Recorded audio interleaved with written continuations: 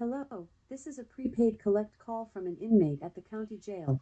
This call is subject to recording and monitoring. To accept charges, press 1. To refuse charges, press 2.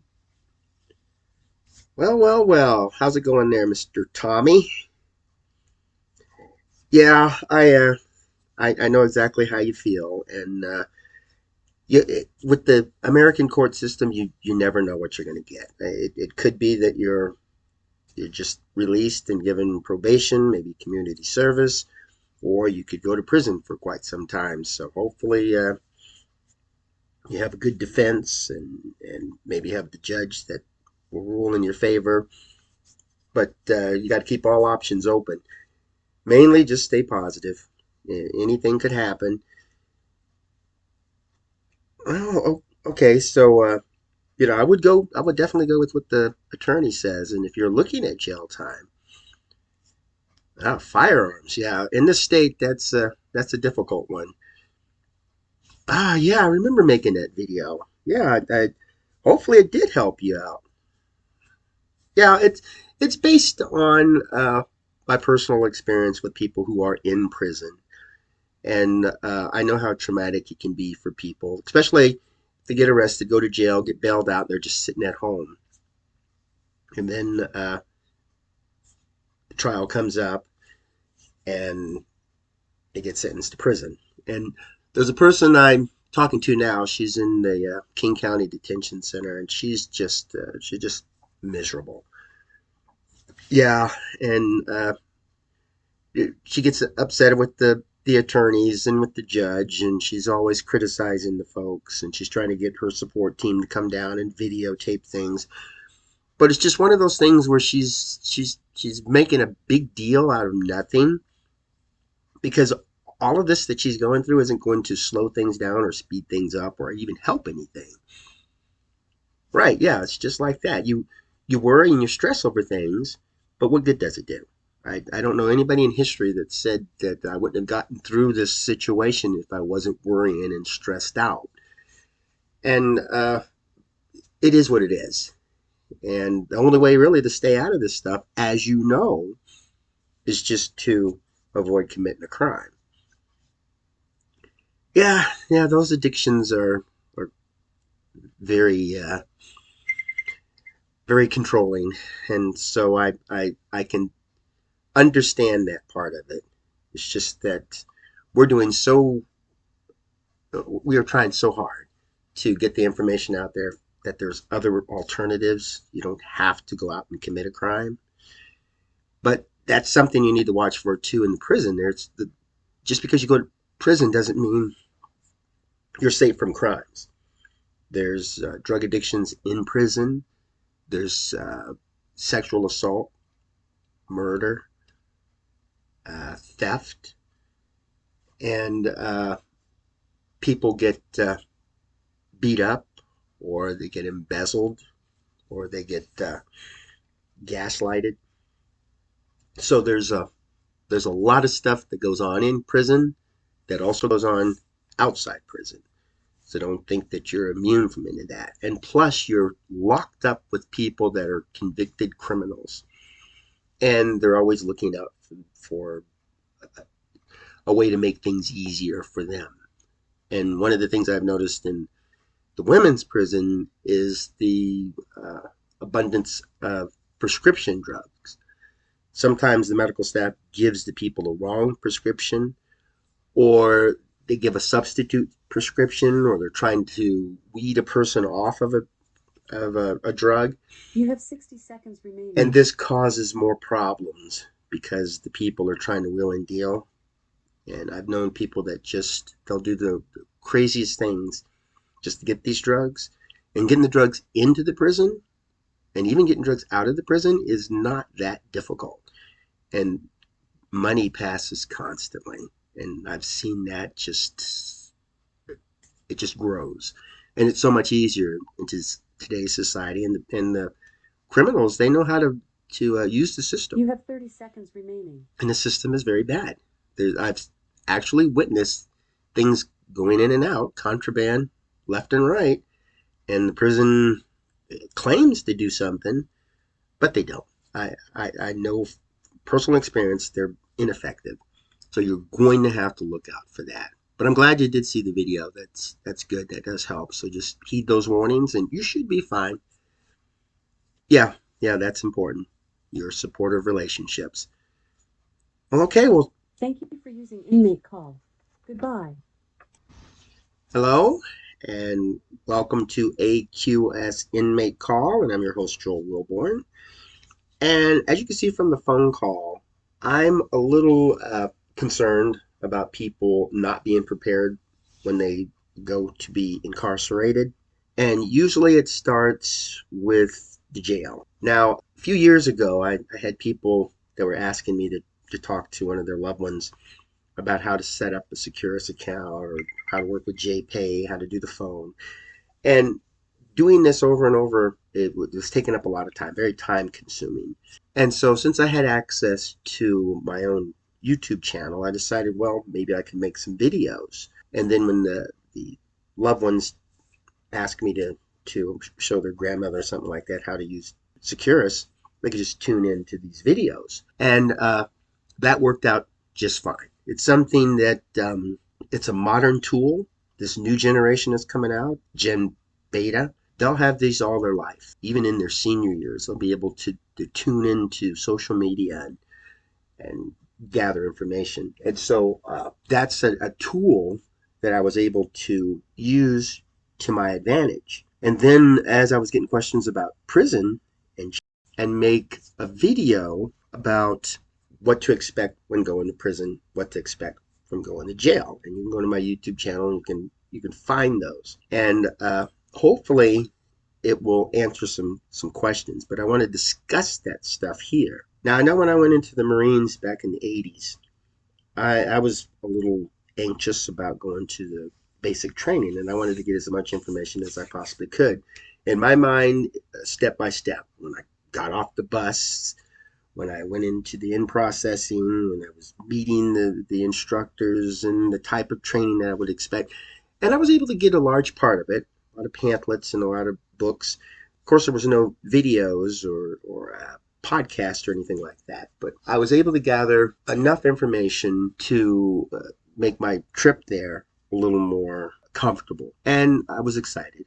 I really was looking forward to becoming a Marine and getting out and representing my country. But, going to prison, going to jail, that's a whole different story. Now, jail is, a lot of times you just don't know when you're going to go. You know you're committing a crime, and you know there's a possibility you can get caught. And getting caught and going to jail, boom, shocker. And so you don't really have a chance to prepare for that. But if kids are watching TikTok and they see my jail video, then maybe something will be retained should they get arrested. And maybe they can tell somebody else, I saw this video and they said don't talk to anybody. And we want to make sure, because a lot of the people don't realize the rights that they have. You'll see a YouTube video about being pulled over by a traffic cop, and you can fight the person. You don't. They have the right. They don't have a right to tell you this, and they don't have a right to search your vehicle and all this other stuff. But you don't want to cause any conflict, especially if it's not going to benefit you at all. And so if you get pulled over, it's best just to listen. And same thing with being arrested. You don't want to volunteer any information or give any information because you have a right to talk to an attorney. And so the best thing to do is when you're arrested is just not talk. And that's some of the things that I emphasize in this video. And so I'm hoping people will watch that and kind of put it to the back of their mind so that when the time comes, they'll be ready for it. Now, if you or somebody you know is looking at prison time, you want to prepare yourself mentally and emotionally. You want to stay positive because maintaining a positive mindset can help you cope with the challenges of prison life and seek support. Talk to a counselor or therapist to help process your emotions and prepare mentally. And family members, people who have been to prison, even clergy, if you have a priest or a pastor or maybe a Sunday school teacher or something that you can talk to. And I notice at my church, there's people who've been to prison or people who've been addicted or alcoholics. Either way, there's always somebody that has had it worse than you. And there's always somebody you can talk to at least help you get to that stable emotional state. Now, here's something not a lot of people think about, and that's physical preparation. You want to get in shape. Physical fitness can help you stay healthy and handle the physical demands of prison life and address medical needs. That I emphasize so much. You want to take care of any medical or dental issues before entering a prison, as access to care may be limited. So if you're out on bail from jail and you know there's a possibility you can go to prison, start that right away, especially if you have a chronic illness.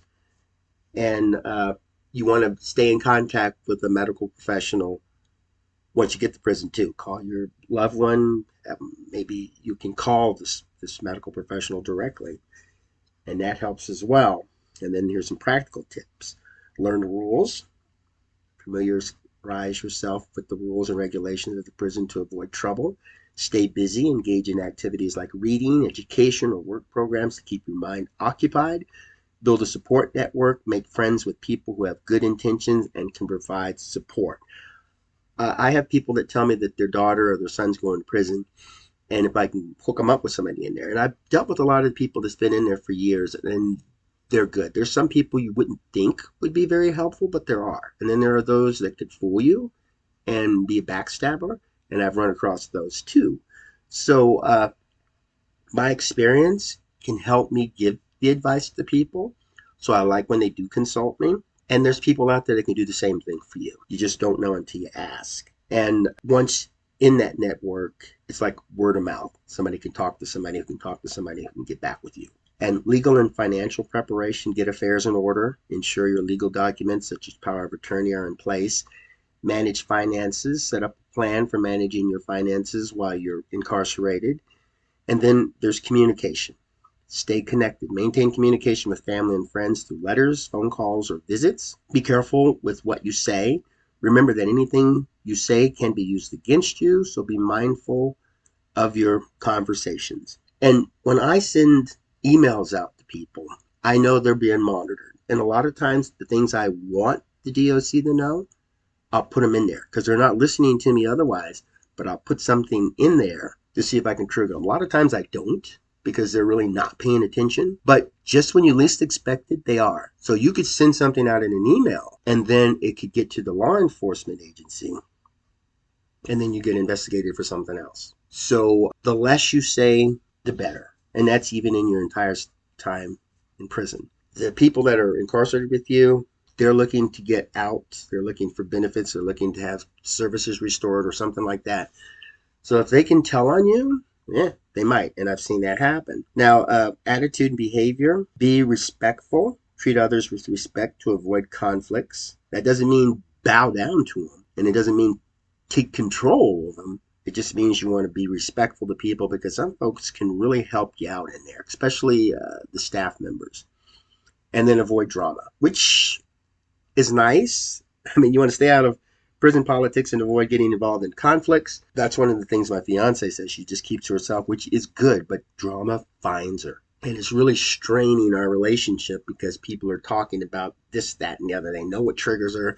They'll make stuff up and they're trying to gain an advantage. There's those who are nosy and they come sneaking in to try to find things out. It's just, that's what happens. And so I have to be careful with what I say to folks because, and it's easy to test that because I could say something, like I hear Johnny's coming back to prison.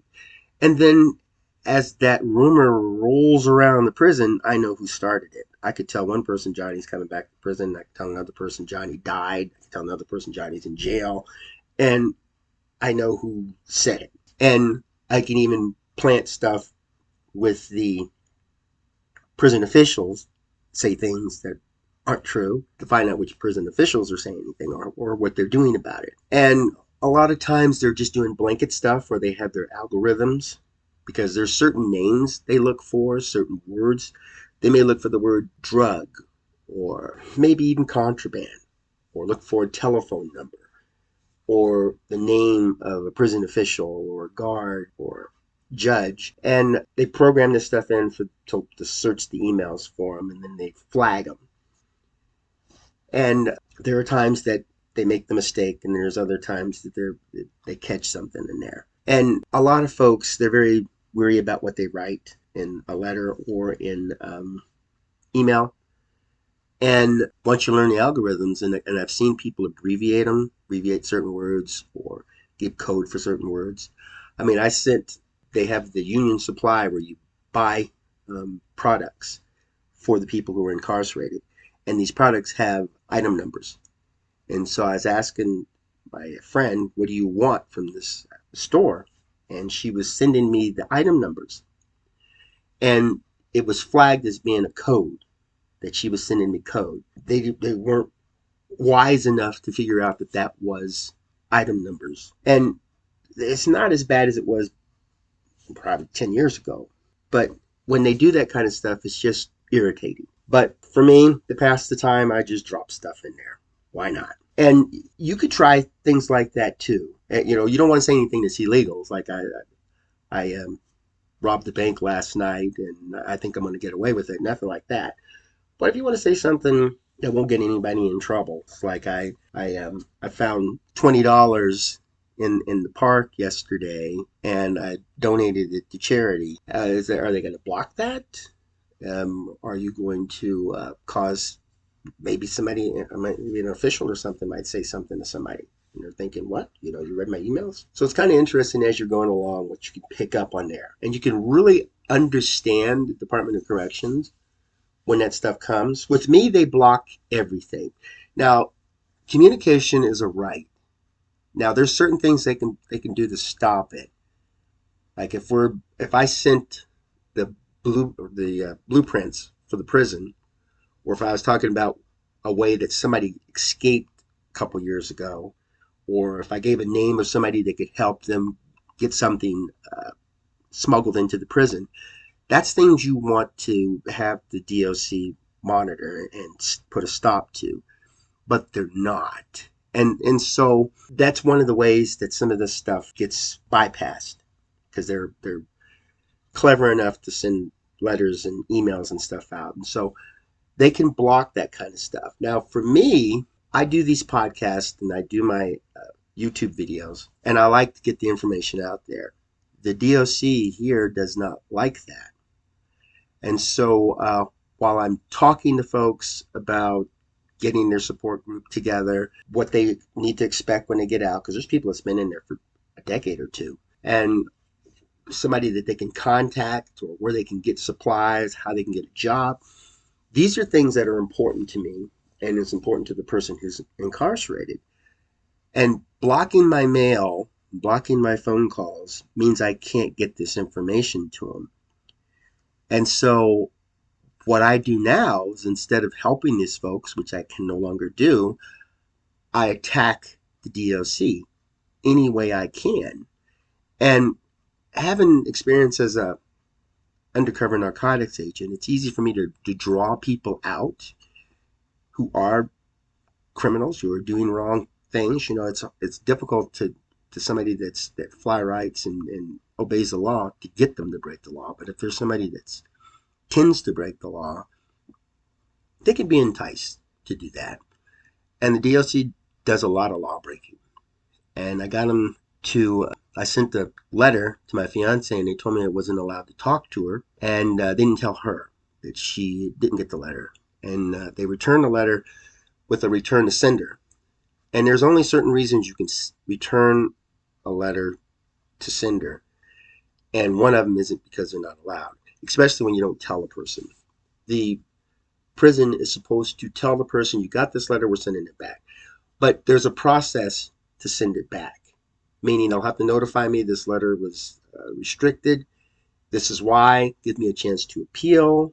If they deny my appeal, then I can go to headquarters. If headquarters denies the appeal, then the incarcerated person pays the postage to send it back. You don't have the post office or the taxpayers pay the postage to return the sender, because the prison decides this person is going to get that letter. Imagine if they did that with everybody. It's like, no, we don't want this person to get the letter. Oh, we want this. That's control. That's controlling the person, and it's taking away their rights. And so that's something I want to draw out with the DLC. They did it twice. Even after warning them, they did it again. And by blocking my phone and by blocking my email and not telling me why, and I'll ask them, why did you block this? And I get nothing. And the person who is now the secretary of the Department of Corrections is an attorney. He has a professional certification in law. He knows silence causes suspicion and it draws attention to you.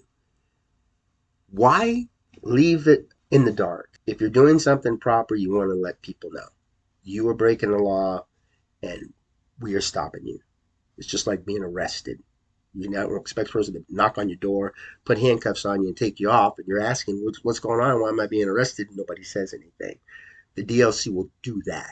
At least the Washington DLC, which is weird, but it's so easy to get them to continue that practice. I send a letter, they send it back. I talk to the person. No, I never got it. One person was trying to send me a package, and the DOC didn't tell her. So she's thinking, did you get the package yet? And I'm thinking, what package? Well, I sent it out a week ago. And I'm asking about for this package. She's asking about the package. Nothing.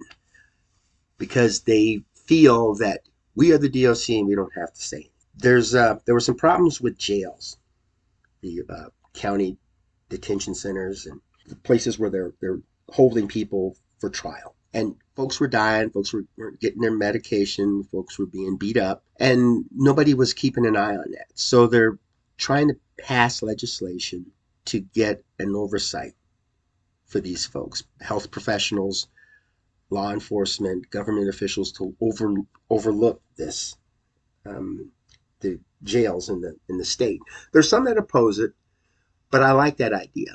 And the prison, they have the ombudsman, and there's ACLU, attorneys and stuff will look over it. So we can manage, but you have to let them know what's going on. And so when jails get this negative stuff, people start paying attention to them. And the more we advertise it, it's just like school shootings and stuff. You keep advertising that, and it keeps happening.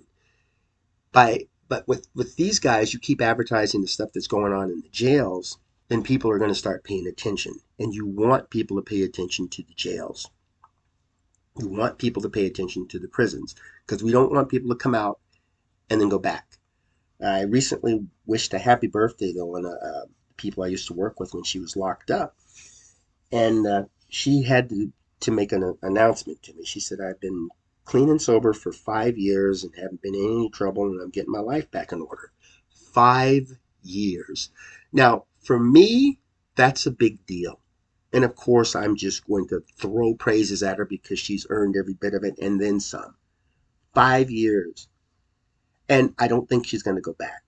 That's what I want. I like working with people that get out and don't go back, especially when they want to brag to me because they can brag every day to me.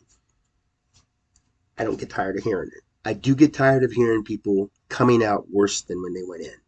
Somebody who has a medical issue, or they get assaulted, or their rights are abused, or they get the wrong medication. These things bother me, and these things I'm going to continue to broadcast despite everything that they do to stop me. And since I'm not doing anything wrong and anything illegal, everything they do to me has no merit. And I've asked them, they said they were going to look into it, but they keep delaying it. They'll say, we'll tell you by this date. And when that date arrives, oh, we need more time. And that's something that the people that are incarcerated would tell me too, that they just keep pushing things out. It doesn't stop anything. It doesn't make anything better. It's a bump in the road. And that's the way I look at it. Yeah, I've been waiting years to get answers, and I'll wait years to get more. In the meantime, I'm going to keep investigating them, and I'm going to keep broadcasting the things that they're doing in there. And they're making some management changes, which is good, but that doesn't mean that I'm going to stop. I will be here. As long as I'm able, I'm going to keep going after them. And blocking me, I mean, they don't realize that I talk to people who are incarcerated, talk to people who work in the prisons, and my sources are vast. And so if they're telling me there's something I can't do and they're putting this block up, there's always a workaround. And rather than work with people to find these workarounds, they just rather attack folks. And the things they do just don't make any sense. And one of the best ways is just through third party. If I can't talk to Billy, then I'll talk to Billy's mom, who will talk to Billy. And it's just the message is going to get there. And for them to just keep fighting, it doesn't make any sense. It's like the old thing about insanity. You keep doing the same thing over and over and expecting different results. That's exactly what the Washington Department of Correction does. Same thing, thinking that it's going to work eventually. It doesn't. It just makes the people that they're attacking wiser. And with criminals, that we tend to say you're a bad person and you're dumb. They're actually very clever and they actually are paying attention to what's happening to them. When a person's phone number is blocked, they know a way around it because they pay attention. They know modern technology. The Washington Department of Corrections does not. And so that's the advantage that they have. And getting things into the prison, they know who to talk to. They know how to manipulate the system. The Washington Department of Corrections is still stuck on their old fashioned methods, which don't work. Oh well. Well, hopefully today you're able to learn a little bit about prison. And maybe you're curious enough to talk to somebody. Reach out to some of these folks and see if what I'm saying makes any sense. And most importantly, talk to the people that you suspect are getting into a bad situation, and without overpowering them or bothering them, kind of pushing them, just offer your assistance for them. Help them out. Well, thanks for tuning in. Have yourself a marvelous day and make fantastic memories for tomorrow.